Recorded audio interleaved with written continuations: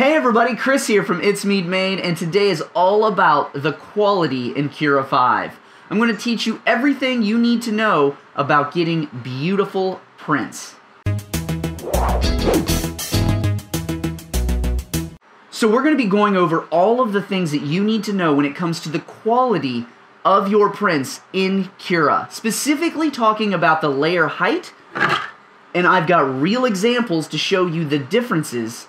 And also, we're going to be talking about the line width, and I've got examples for that too. Because I think it's important for you to actually see these differences so you can make the best decisions on what you need to set your printer settings at. So before we really get into this, I just wanted to remind you that I have a full video where I go through all of the settings that I think are important to look at when setting up your 3D prints. If you're interested, click that link right up here in the top right. Other than that, let's get back to the video. So let's talk about the layer height first. For those of you that don't know what layer height is, a 3D printer is always printing in layers. So it prints its thing, moves up, prints its thing, moves up, and it just keeps doing that. So it's basically a bunch of little layers sandwiched all together to make your beautiful prints. So when you're 3D printing, you have the option to actually change your layer height to either a small layer height or a larger layer height. When you're using a smaller layer height, you're going to get a lot more detail. And when you're printing a larger layer height, you're going to be getting less detail, and you're going to be able to see more layer lines.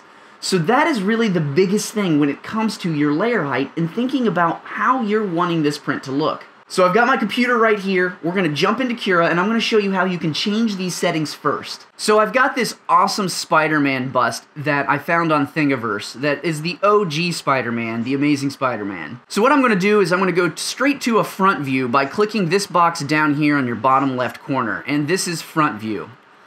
Now we can see it exactly from the front view so we can get a good idea of these layer lines.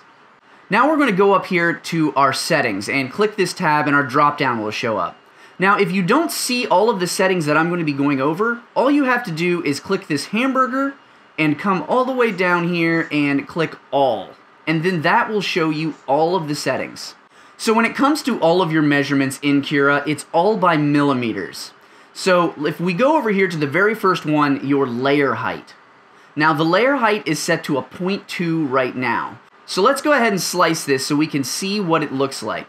So I've hit slice, now I just have to click up here in the middle and click preview, and this is going to show me all of my layer heights. So let's zoom into this. So you can see right here, these are all of the layers that is actually printing this Spider-Man. So you can see that they are all just made up of layers, and you know, they're a good size. Now let's go ahead and switch to a 0.1. So all I'm going to do is go right here, and then I'm going to delete this and hit 0.1. And then hit enter.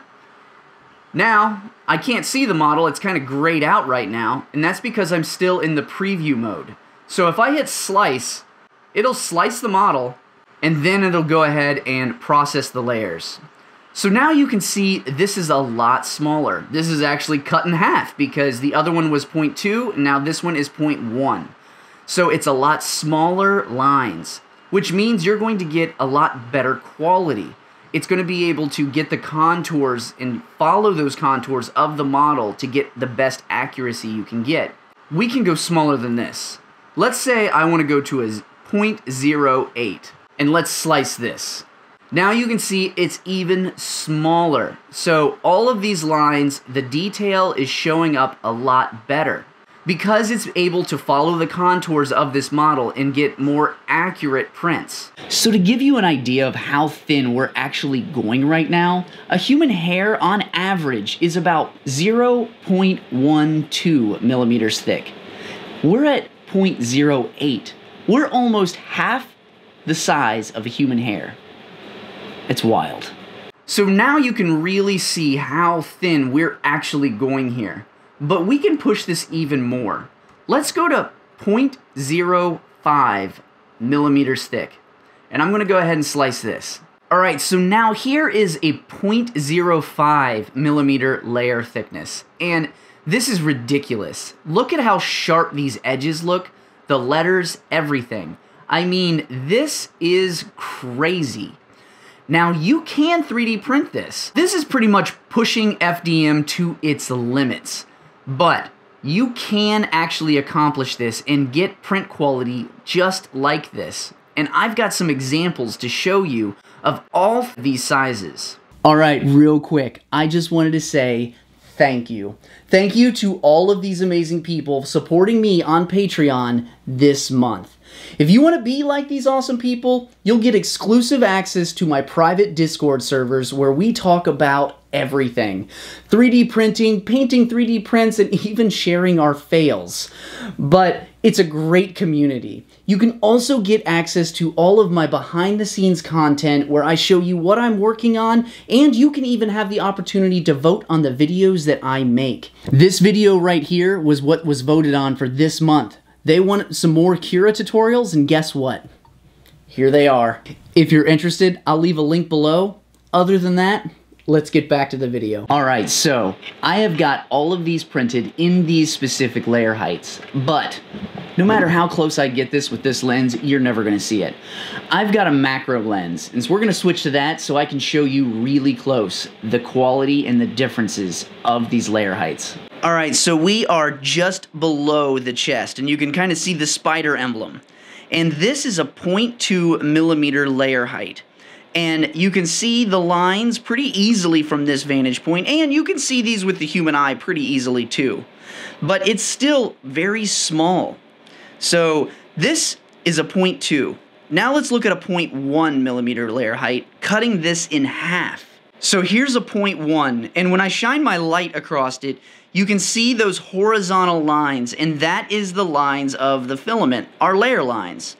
And this is half of what a 0.2 is. So the quality is just like, it just doubled instantly.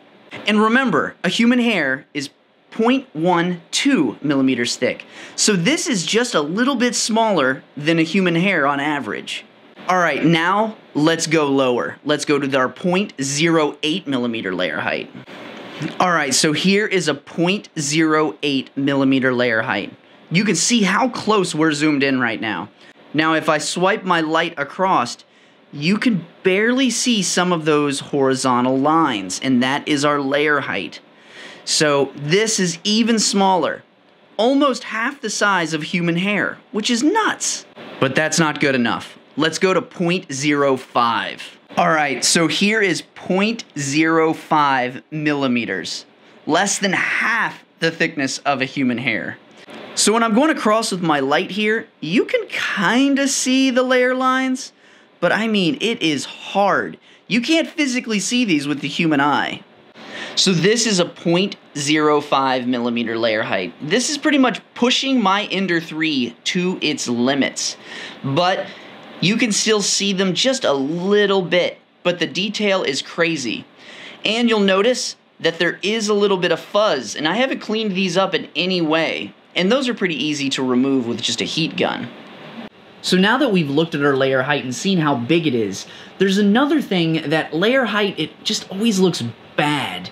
And that is the very top of your model. We're talking the last 5 or 6 layers. It always looks bad. Especially if you have something flat on your build plate with just a little bit of gradation, it almost looks like a topographical map and you see all these little stairs. And that's your layer height. So let's jump back over to my macro lens and see the top of this head and the different layer heights so we can see how that quality drastically changes. So here's a 0.2 millimeter layer height, the top of the head of Spider-Man, and this is where you can really see the differences when it comes to your layer height. Because it's got these plateaus. It'll print its layer and then go in because it's trying to follow the model as good as it can, but when there's those subtle little curves, it's really hard to get a smooth transition.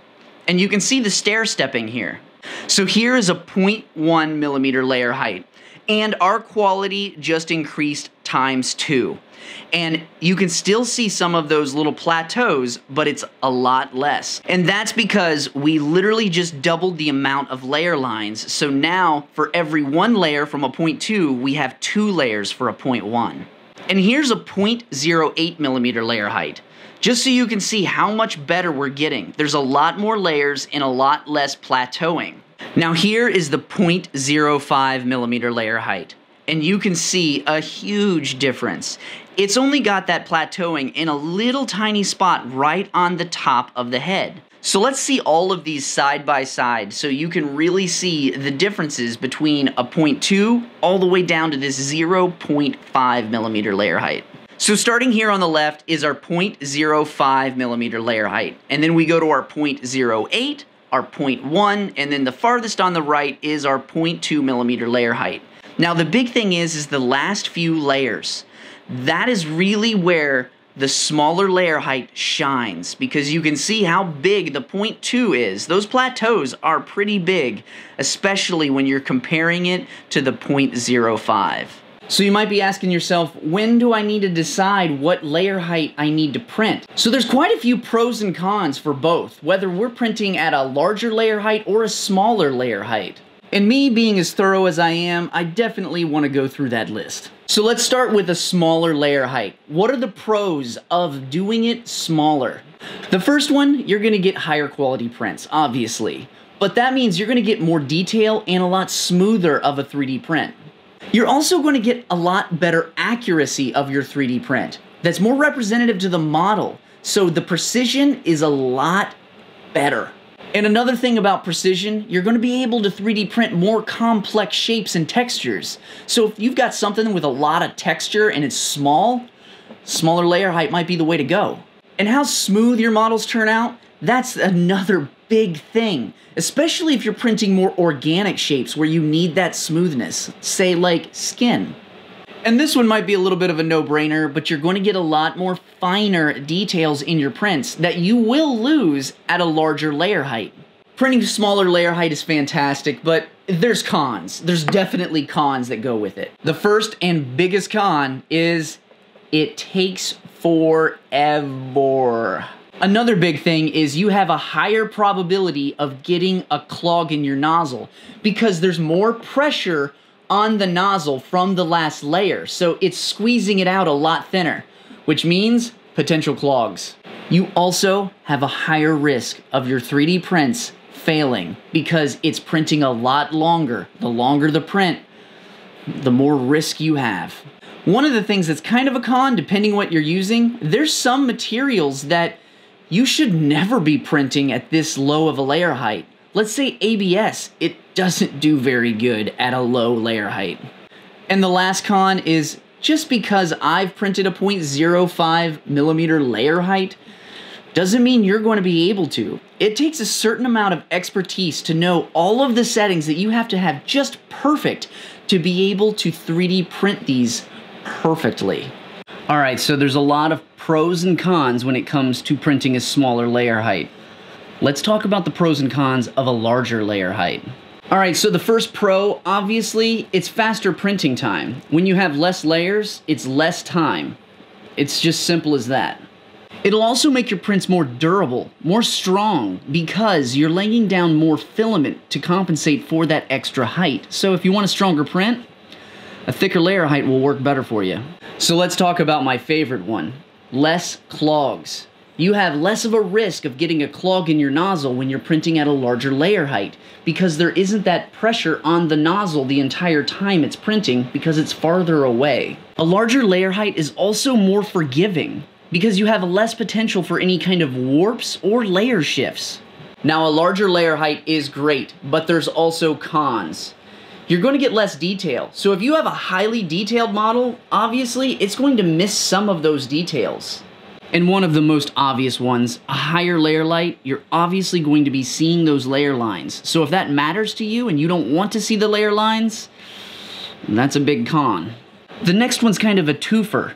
If you have something small and intricate, you're not going to have that precision with the larger layer heights or the detail. The precision and accuracy of your 3D prints will be diminished the higher your layer height goes. So I got a question for you. When you're 3D printing your models, do you look at this setting and do you change it for almost every single print, or look at it and make sure you've got it at the right setting? Or do you just set it at, say, like 0.2 or something like that and just leave it always? I'm curious. Let me know in the comments what you do. So now we've talked about everything we really need to know when it comes to layer height. Let's get into the next part, is your line width. So if you're not familiar with what the line width is, it's basically how wide the filament line is laying down. So we all understand that a 3D printer prints in lines. It just keeps putting this path of 3D filament down layer after layer. Now, how wide those lines are is what your line width is. And this is all determined by the size of your nozzle you're using. So if you have a smaller nozzle, your line width is going to be a lot smaller. But if you have a larger nozzle you're 3D printing with, it's going to be a lot wider. Now, the general rule of thumb, you want your line width about the same size as the nozzle you're 3D printing with. So if I'm printing with a 0.4 millimeter nozzle, guess what? I want my line width to be 0.4 millimeters. So I know you're probably asking yourself, but Chris, what if I want a thinner line than a 0.4? That's a good question, and I'm glad you asked that. You can absolutely do that, but you have the potential for under extrusion because it's not pushing out enough filament that it really needs. And before you even ask the question, what if I want to go wider? Well, you can, but then you have the potential for, that's right, over extrusion. And that's where you can get some really nasty looking zits and also some kind of warping when it comes to your outer shell of your 3D print. So what's the solution to that? Basically, get some different sized nozzles. And you can get them on Amazon pretty cheap, like a variety pack, and that's what I've done. And I'll go ahead and put my Amazon affiliate link down below of the packs that I actually use.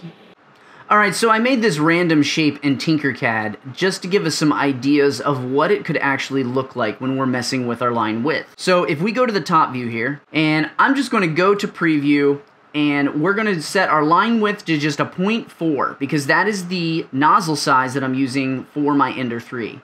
So let me just slice this, and you can see that everything is pretty much all the exact same thickness right here. Now let's change some stuff up. Let me go to change this to a 0.2, and then I'm going to hit slice. So we can see here all of our lines are a lot smaller, but this also gives us a bigger potential for under extrusion. Now let's just jump up, and let's go to a 0.7, and I'm going to slice this. And now look at that.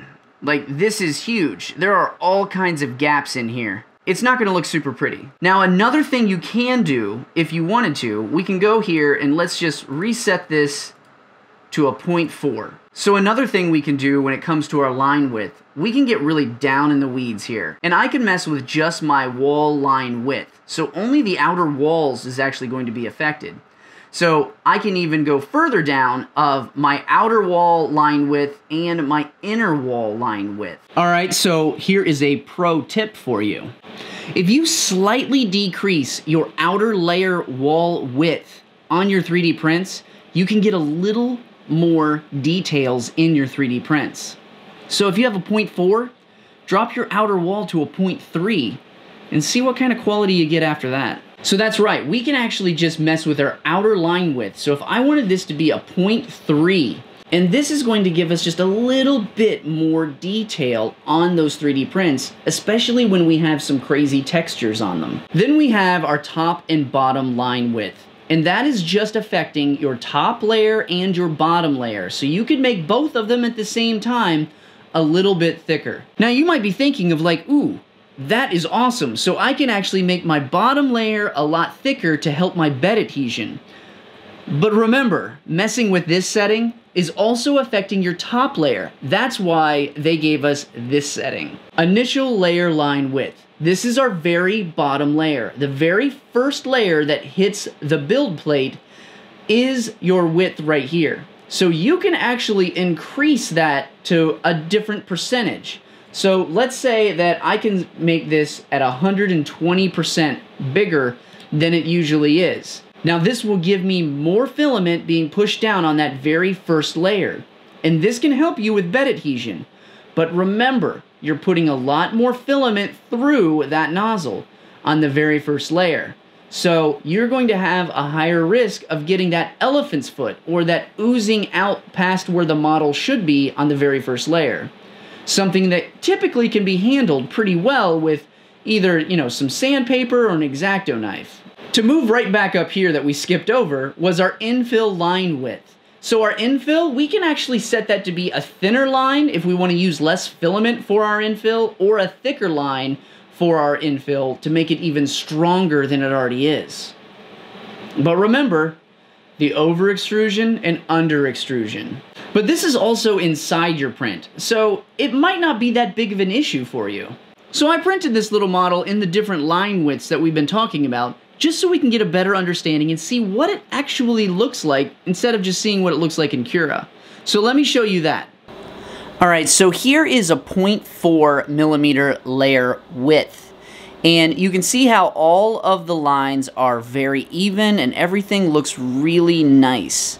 Because this is the size I should be going with because I'm printing it with a 0.4 millimeter nozzle. So one thing to keep in mind is when you're dealing with your layer line width, there can be fluctuations in the actual filament. So it's not always going to be a 0.4 millimeter line width, even though you have it set to that.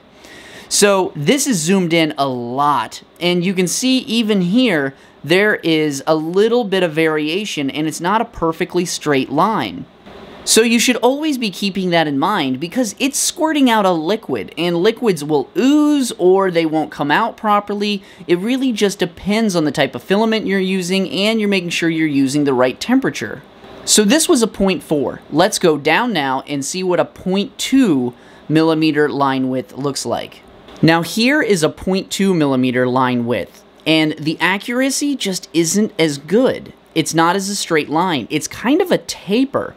And that is because we're getting under extrusion, and then sometimes it'll push out a little more filament. Now looking at the top, you can see those infill patterns for your top layer are a whole lot tighter. Now this does look really smooth, but the problem you can run into is you can get some under extrusion, and you just got to be careful. Sometimes it'll work out beautifully for you, but also sometimes it won't. Now let's look at the 0.7 millimeter line width. Now this is thick, and you can also see there are some gaps here. There's some gaps right here because it's not filling it enough. So you can see here that it's not extruding out enough filament. So you can get some under extrusion as well, not only just over extrusion. So let's look at the side. So here's the side, and this is a perfect example of it's getting over extruded because it could have lifted layers on the corner, and it's pushing out so much filament it will just keep coming. So when you're dealing with a larger layer line, over extrusion can really be a problem for you. So we've covered the importance of your line height when it comes to 3D printing, how it can affect your speed and honestly your quality of your 3D prints. Even talking about the line width of your 3D prints. That matters, and it also matters how big of a nozzle you're 3D printing and trying to keep that matched pretty close. So now that you have this knowledge, I strongly recommend you doing some test prints, messing around and seeing what your printer does really well and maybe what your printer doesn't do well at. Then you can start really honing in those settings for your layer height and your line width. So if you've enjoyed this video, I've got another video where I am actually going through every single setting that I look at when I'm setting up my 3D print files, because we're going through a lot of settings right now, but there's certain ones that I always have to keep an eye out on, and you can see all of the things that I think are important in this video. Thanks a lot for watching. I wish you a great day, and I'll see you right here in this video. So we're going to be talking... yep, that happened. And... God, I can't catch these stupid things. If you've ever had anything that's like...